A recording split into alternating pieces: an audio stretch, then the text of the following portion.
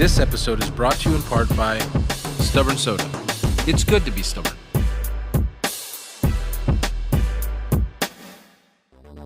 Welcome to another episode of On Foodable Weekly. In this episode, we're going to talk about no recession for the restaurant industry. Stay tuned right here.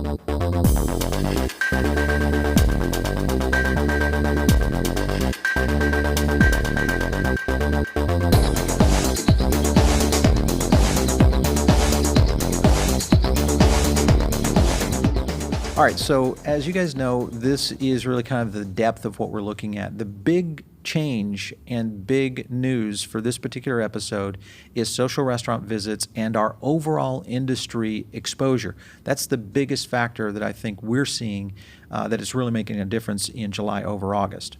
Let me explain a little bit about how the data works before we get into this. All right, so as you guys know, with Foodable Labs, it is related to the Restaurant Social Media Index, pretty much in partnership. So the same types of metrics that we score in the RSMI are what we use in Labs to measure the exact same data. So you still track sentiment, which is a 100-point score, but the relationship to sentiment of how we do it is a bit different, in the sense that we use three metrics within it. So you have food, service, and overall brand to make up the sentiment score. Influence, which is both general and hyper user. So when I say hyper user, meaning people who frequent restaurants more often, that's a more important score as well, since our data is based on people who actually eat out. The third component is engagement, of course. That's been on our RSMI and Foodable Labs for really since the inception. Fourth is the social restaurant visits. Now, many of you might know this as a term we called LBA, location-based actions. What we've done is we've basically recoined that term to social restaurant visit, just to make it a lot easier for the layman to really understand what we're trying to produce when we measure these results, because other media, they don't necessarily understand what an LBA is. That's just when someone is mentioning that they visited a restaurant on social media.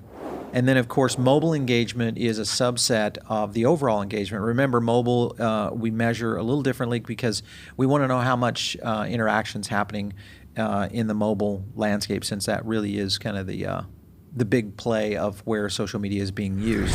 One of our new metrics that we're doing from a global or more of an overarching visibility, and what we're looking at now is what we call combined industry visibility. So it's how the brands are being mentioned or talked about on social media.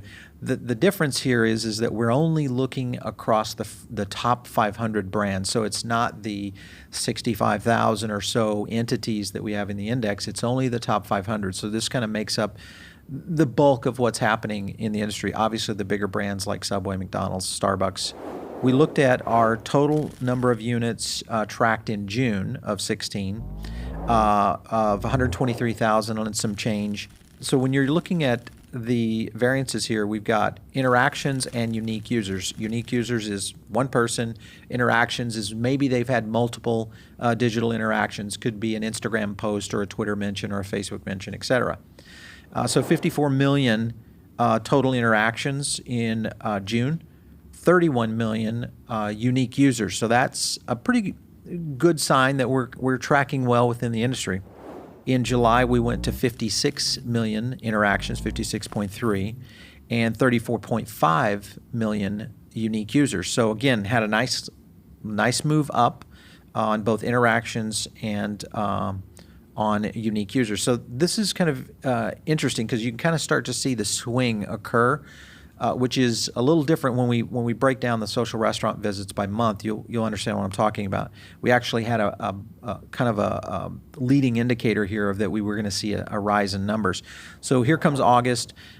Big interaction lift, 62 million from 56.3, and unique users went up almost a million. So 34.5 in July, 35.4 million in August. So that kind of gives you a baseline of where, the big brands are kind of carrying the momentum of the industry. However, when we look at overall social restaurant visit growth, now this is where we're measuring how many social restaurant visits a restaurant had the previous month versus the month now. So again, we're tracking the top 500 brands. The big guys that won were not so big. So Tender Greens had an 8.82% lift August over July. Chick-fil-A, a large brand, had a 5.11% lift. Arby's came in at 4.92. Shake Shack at 4.87. Freshie at 4.82. Modern Market at 4.82. Jersey Mike's at 4.61. And Pizza 4.27, 4.27%. Wow Bao at 4.12, and then Veggie Grill at 4.02. Those were the leading brands in terms of social restaurant visit growth, so month-over-month growth.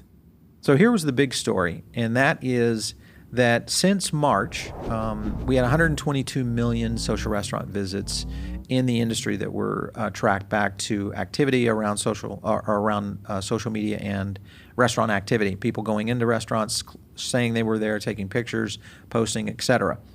April, we dove to 116 million, so it was a pretty significant loss for the industry. We continued a downturn at 114.7 million in May.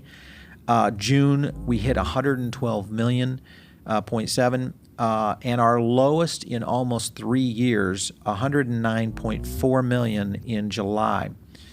Then here comes August, and we have a major correction, almost an 11.2% increase between July and August, which rose to 122.3 million. The other thing that was kind of unique is the fact that independents have really started to become a major factor in social restaurant visits. So that's a huge shift. This is where it was kind of fun. So we continued to analyze the data, and we looked back at some of the press that was covering the industry. Bloomberg came in July. Of course, analysts warn of a restaurant downturn and sees a harbinger of a U.S. recession. So this was a pretty important statement and also article and research that Bloomberg did. We, of course, at about the same time, were reporting that the restaurant recession was over. Again, based on what we were seeing, again, by the leading indicators starting to lift in our visibility of the industry. And then, of course, too, the bigger impact was the social restaurant visits from August over July. So we had our published date on September 14th.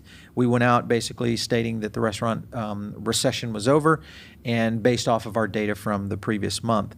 The supporting data, though, that I kind of think, even though we do get other media and other analysts that will, in some cases, go a different direction than maybe we go, we had supporting data that also supported what we were finding, and that was MasterCard's Spending Pulse report.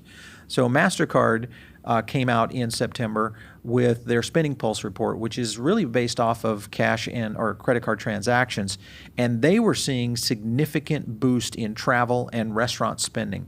Additionally, we're seeing some pretty amazing movement in experiential spending, which is where restaurants really fall. A lot of analysts right now are looking at the restaurant industry as being a new potential cash cow for experiential type gifts. So this holiday season, we could see a big move into that type of gifting versus goods and services. So it'd be an interesting thing to watch as we continue to see this moving forward. So again, if you want to learn a little bit more, if you are a brand or if you're an analyst, feel free to reach out to us, just editor@foodabletv.com, or producer if you have, again, a show idea or something. And of course on Twitter @Foodable, and mine @Paul Barron. So that's kind of the wrap up for this particular episode. As I said, we'll try to get to this more frequently for you. Can't wait to share the monthly data on September over August. So stay tuned right here on Foodable Weekly.